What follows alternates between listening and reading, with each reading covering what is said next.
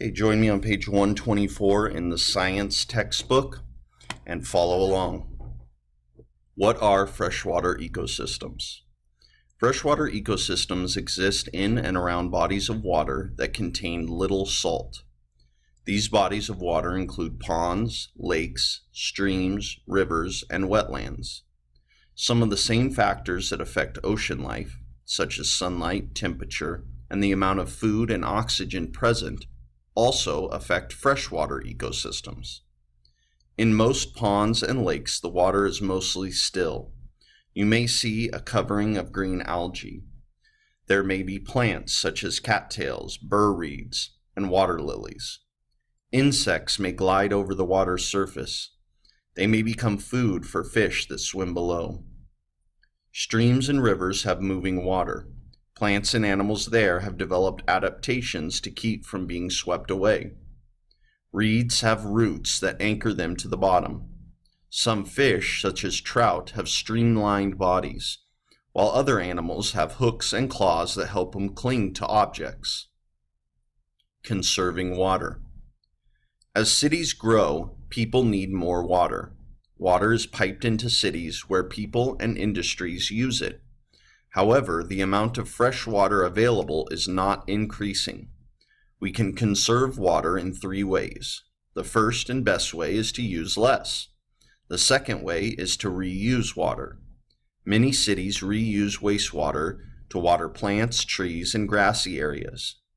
The third way to conserve water is to clean it and recycle it, or use it again for the same purpose.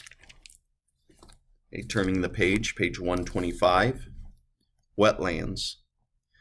Wetlands are areas in which water is near the surface of the soil much of the time. In California, most wetlands are salt marshes, which help keep the shoreline from washing away.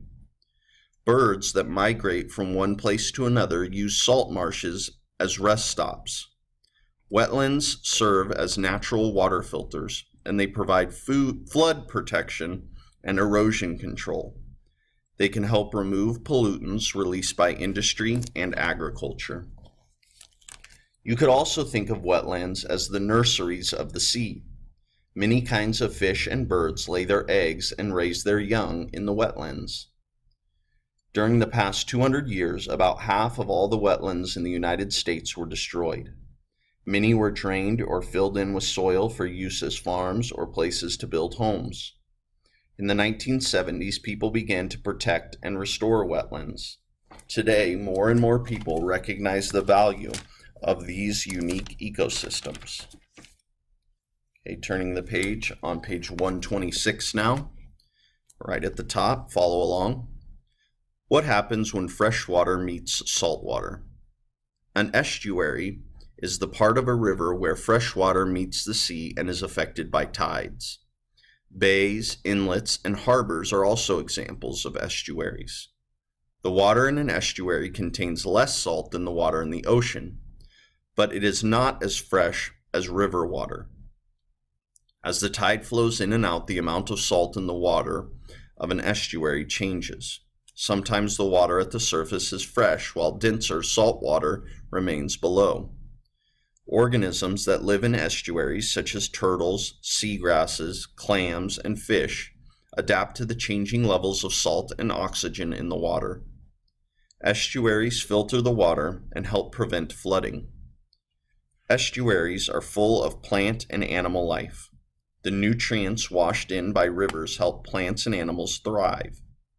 Many kinds of birds and water-dwelling animals breed in estuaries. Tall grasses and their roots protect young fish and other animals. About 3/4 of all the fish caught in the United States each year spent part of their lives in estuaries.